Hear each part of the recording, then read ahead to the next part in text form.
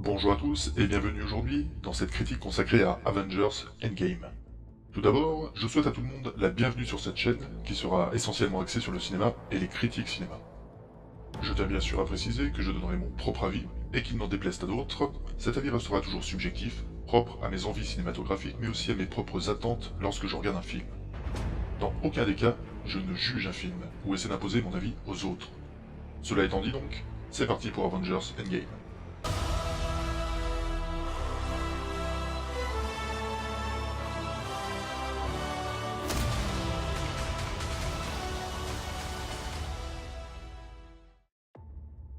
En raison de beaucoup d'informations liées au film, une critique sans spoiler me semble assez difficile.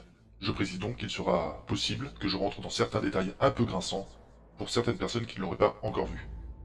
Comme beaucoup de monde, j'avais trouvé son prédécesseur Avengers Infinity War particulièrement réussi, que ce soit de par sa réalisation qui me parle énormément, notamment avec ses plans séquences, ses plans en checky cam, mais aussi par l'effet dramatique que prenait l'histoire, tout en restant dans la formule que l'on reconnaît à Marvel. Mais ce qui m'avait vraiment plu dans Infinity War, c'était l'écriture du personnage de Thanos, personnage emblématique que l'on nous vend depuis de nombreux films comme une sorte de grand méchant, de grand dictateur relativement lambda, et qui s'avère devenir en un seul film une figure importante et réellement traitée comme il se devait de l'être. Un personnage à la fois dangereux, fort, mais aussi doué d'une certaine sensibilité, souvent touchante malgré le génocide qu'il envisage. C'est ce qu'on appelle donc un personnage extrêmement bien écrit. Et c'est là que pour moi, Endgame pêche un peu. Alors ok, Thanos reste toujours fidèle à lui-même, mais est à mon goût un peu trop absent. Et de par la tournure scénaristique qu'emprunte le film, a tendance à perdre même de son charme, le charme qu'il avait développé dans le premier volet. Alors oui, on ne va pas refaire la même chose une seconde fois, on connaît le personnage. Mais il est à mon sens dommage qu'il semble aussi effacé. Les autres personnages quant à eux sont ici bien fidèles à eux-mêmes, et particulièrement bien traités, à contrario justement de Infinity War qui avait laissé de côté pas mal d'entre eux, notamment Captain America. Ici, l'histoire se recentre davantage sur la vie de nos super-héros, suite au fameux snap de Thanos. On les voit tous extrêmement déçus, et parfois même dépressifs pour certains. Et c'est là la force du long métrage.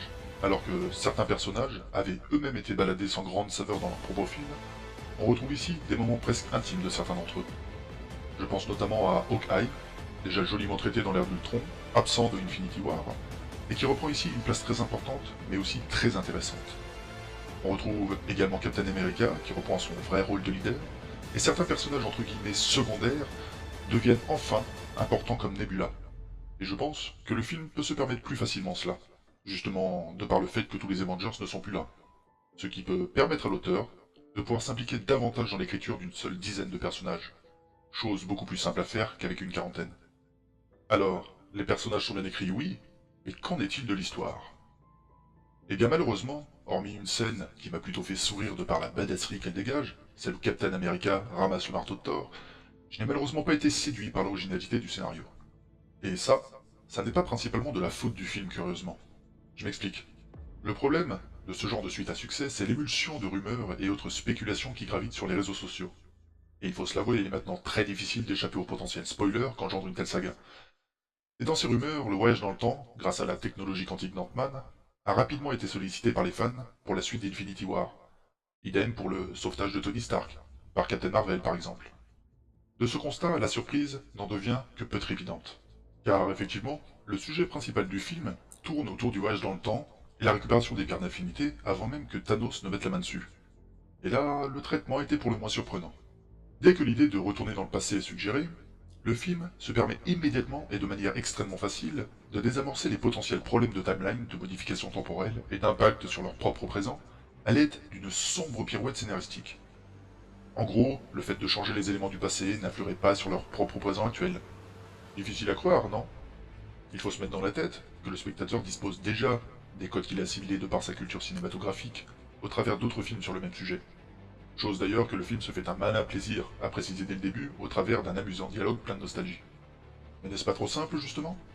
Les scénaristes partent sur un terrain glissant, ok, car le voyage dans le temps est très difficile à traiter au cinéma de par sa potentielle complexité, mais n'assument visiblement pas le fait de commettre des erreurs, en désamorçant dès le début les problèmes pouvant être liés au voyage dans le temps. Et j'avoue que ça m'a pas mal dérangé.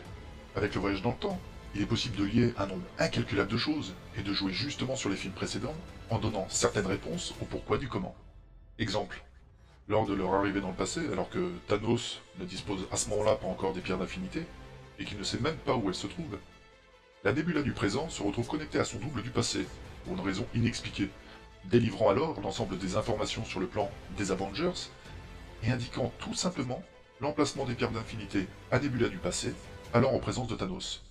N'aurait-il pas alors été absolument génial que cette interaction ait été en connexion directe avec le fait que Thanos, dans le premier film, n'ait pas eu de grosses difficultés à mettre la main sur les pierres, et cela dans un temps visiblement assez court, juste le temps d'un film. Cela aurait mis nos héros involontairement en position de fautif quant au sort passé qui leur était réservé juste à la fin d'Infinity War. Je pensais sincèrement que l'histoire nous emmènerait sur ce terrain-là. Malheureusement, ça n'est qu'une information parmi tant d'autres, qui ne permettra qu'à l'histoire d'avancer sans grande interactivité. La prise de risque est donc assez limitée, alors qu'il y avait pourtant matière à retourner la situation, et ainsi prolonger l'effet dramatique de la narration des deux films. Alors attention, ne nous emballons pas, cette révélation n'entache pas non plus complètement l'histoire, qui malgré tout s'en sort plutôt bien dans l'ensemble. Les retours dans le passé sont très nostalgiques, sans devenir indigestes, et complètent même certaines scènes alors hors champ des premiers films. On est en droit d'également regretter un final qui s'avère être un peu fade, et très loin du grandiose que proposait Infinity War dans ses combats et ses chorégraphies. Sachant en plus que l'ensemble du film ne possède pas de grandes scènes d'action, et s'applique plus à la quête des personnages. Dommage donc de ne pas avoir le droit à une vraie scène de siège entre les troupes de Thanos et les Avengers à leur face-à-face par exemple. Alors oui, ça se tape dessus et c'est très plaisant à regarder, mais hormis le fait que Captain America devienne finalement digne de tenir le marteau de Thor, et l'arrivée rapide et anecdotique de Captain Marvel, le combat est tout de même assez vite expédié et ne dispose d'aucune fulgurance. C'est donc en demi-teinte que le film approche de la fin malgré un final, attention, très jouissif et riche en émotions. En conclusion, Endgame est un film tout à fait satisfaisant, malgré les quelques accroches que j'ai eu plaisir à souligner. Cependant, est-ce le final que les gens attendaient? L'énorme hype qui suscitait le film n'amène-t-il pas inexorablement à une sorte de déception? Déception due aux attentes qu'on peut avoir, due aux envies que l'on développe tous intimement. Tout cela ne peut être malheureusement en adéquation avec ce que les réalisateurs essaieront de faire, et ce quoi qu'il arrive. Le film sera probablement victime de son prédécesseur qui lui nous emmenait sur un terrain plein de questions et surtout plein d'attentes. Pour ma part, et malgré cette analyse qui peut paraître assez sévère, j'ai trouvé le film tout à fait satisfaisant, divertissant, plein de surprises malgré tout, et je vous invite, franchement, à aller le voir si ce n'est pas déjà fait. Voilà, c'est tout pour cette première critique cinéma sur cette chaîne. J'espère que cela vous aura plu. N'hésitez pas à vous abonner, à me donner votre ressenti sur Avengers Endgame dans l'espace commentaire. Et moi je vous dis à très vite.